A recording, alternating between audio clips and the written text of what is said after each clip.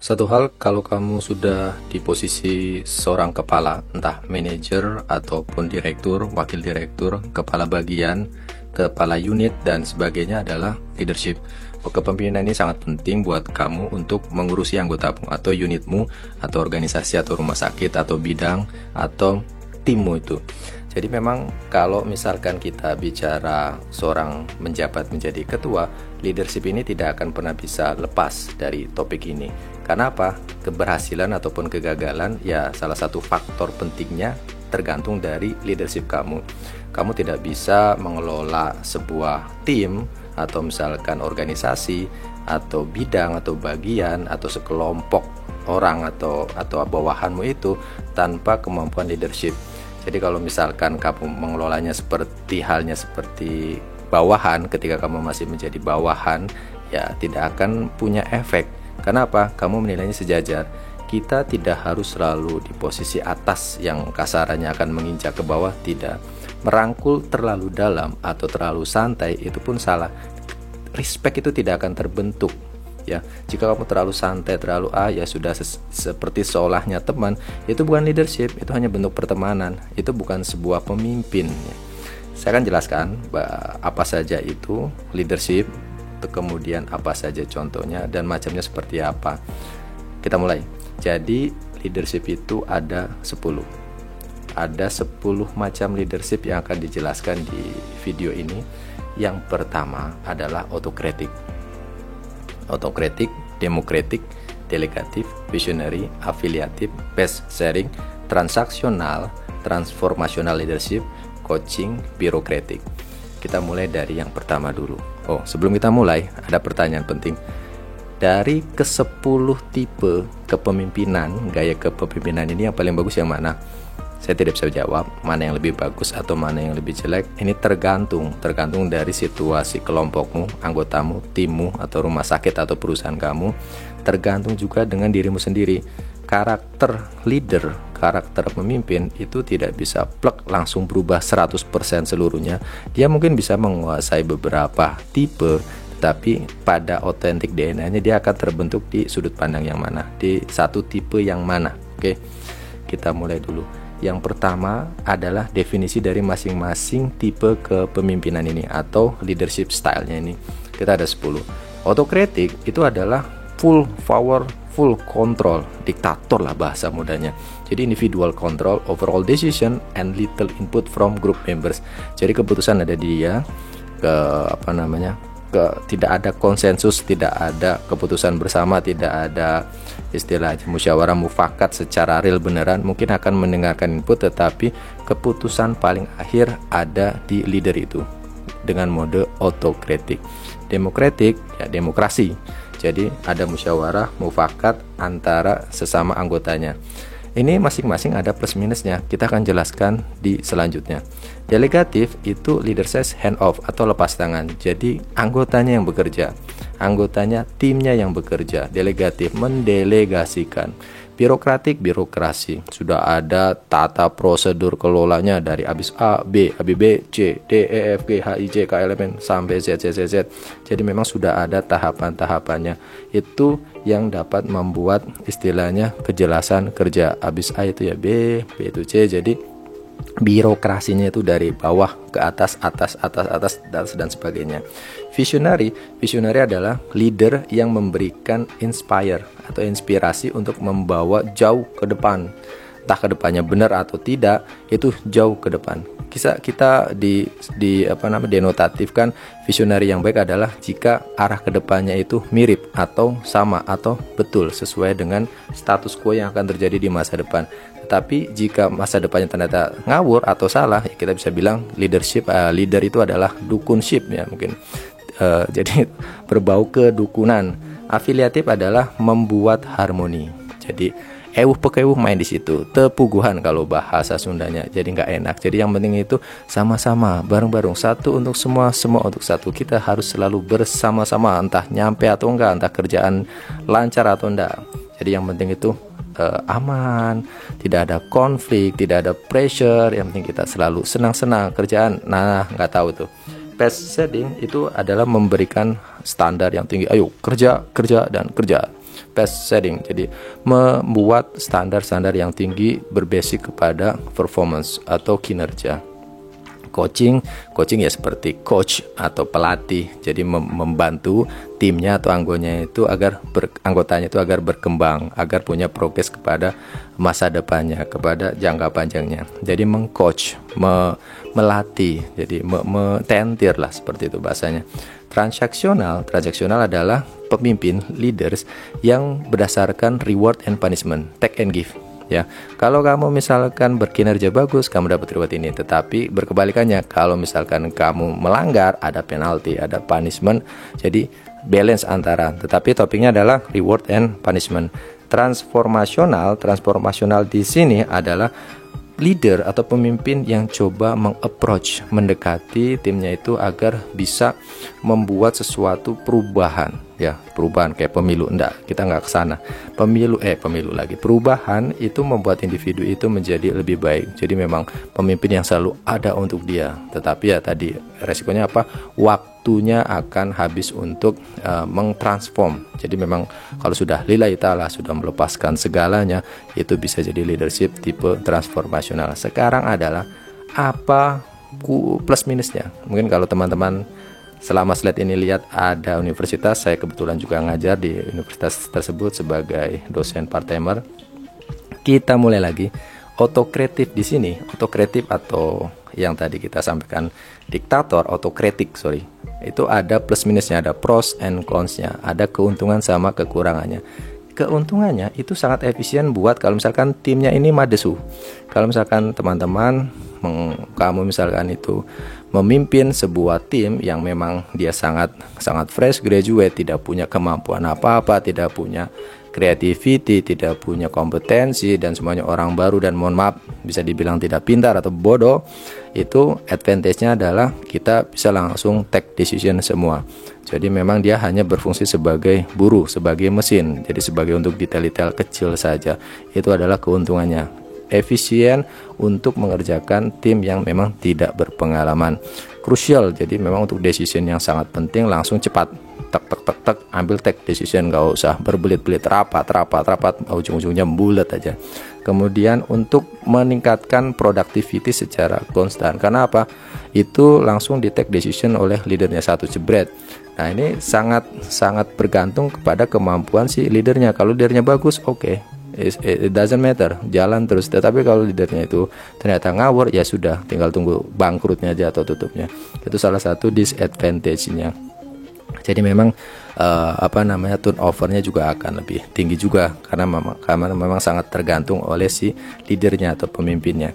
Kita lanjut yang tadi, demokratik keuntungannya apa? Untuk motivasinya itu sangat bagus. Jadi motivasi moral sama kinerjanya itu salah satu keuntungannya. Karena apa? Sangat berdemokrasi, ya, seperti negara kita, negara Indonesia. Kemudian kedekatan dengan pegawai pun tinggi untuk menekan turnover atau perputaran keluar masuknya pegawai. Jadi para pegawai itu inputnya, masukannya itu sangat welcome di tipe leader ini. Jadi oke, silakan mendengar. Tapi ya tadi kerugiannya adalah nanti keputusannya akan lama. Karena apa? Saling input. Jadi nggak kelar-kelar. Jadi yang satu bilang A, yang satu bilang B, yang satu bilang C, malah jadi akhirnya bingung sendiri, paralysis by analysis. Kemudian kerugian yang lainnya adalah itu tidak efisien. Jadi respon time-nya itu akan lama, ya. Kemudian kita lanjut di delegatif. Di delegatif itu yang tadi memberikan, jadi pemimpinnya itu bisa lepas tangan dalam arti kata positif. Keuntungannya adalah si tim member kita bisa berkembang karena kita memberikan kepercayaan, trust di sana. Kita memberikan kepercayaan. Kemudian lingkungannya pun bisa tumbuh menjadi sebuah tim yang mandiri, tidak harus dipantau terus. Kemudian bisa memberikan kepuasan individual jika tim-timnya itu bagus dan bisa dilepas. Jika tidak bagus atau tidak dilepas, ya ujung-ujungnya akan liar. Tim ini akan liar atau menggantikan si leader itu yang dalam tanda kutip tidak berguna. Ada atau tidak ada dia, tim ini akan jalan. Jadi leader ini tidak berguna, ya mendingan ambil leader baru dari tim yang sudah bagus dan berjalan sendiri. Karena apa? Ada sub leader di dalam leadership delegatif, ya. Jadi tidak mungkin tim itu juga berjalan sendiri. Ada istilahnya vice leadernya, wakil pemimpinnya di kelompok tersebut yang akan kemungkinan besar akan menggantikan si leader tersebut. Nah, leadership ini sangat-sangat ada plus minusnya semua ya, tidak hanya di delegatif ini. Kemudian ada lagi di birokrasi. Nah, birokrasi ini bisa menjelaskan job desk-nya tuh jelas ya. Jadi job desk-nya kamu A, job desk kamu B sudah tertata, rapi. Hubungan koordinasinya pun jelas. Untuk promosi, demosi, mutasi, rotasi itu tidak, emosi tidak ya. Jadi memang sudah jelas tatanannya, sudah bisa, tidak ada lagi kesemrawutan atau kita sering nyebutnya 4L. Pekerja pegawai tim 4L. 4L adalah lu lagi. Nah, jadi apa aja serabutan kayak kuli di pasar, kasarannya seperti itu. Kerugiannya adalah strukturnya ini bisa membulatkan, jadi bukan bundar ya, membulatkan, jadi meruwetkan situasi yang telah terjadi. Jadi bisa juga untuk malah menghalau productivity. Karena apa? Strukturnya ini harus begini dulu. Jadi studi banding, rapat, nggak kelar. Jadi respon time-nya akan sangat lambat sekali. Kemudian kita pindah ke coaching. Coaching ini sangat memotivasi ya,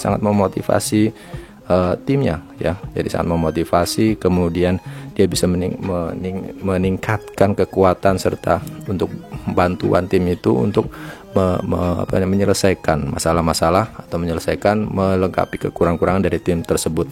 Para pegawai pun tahu persis bagaimana visi leader ini akan dibawa. Karena apa? Karena selalu ada dari coaching tersebut.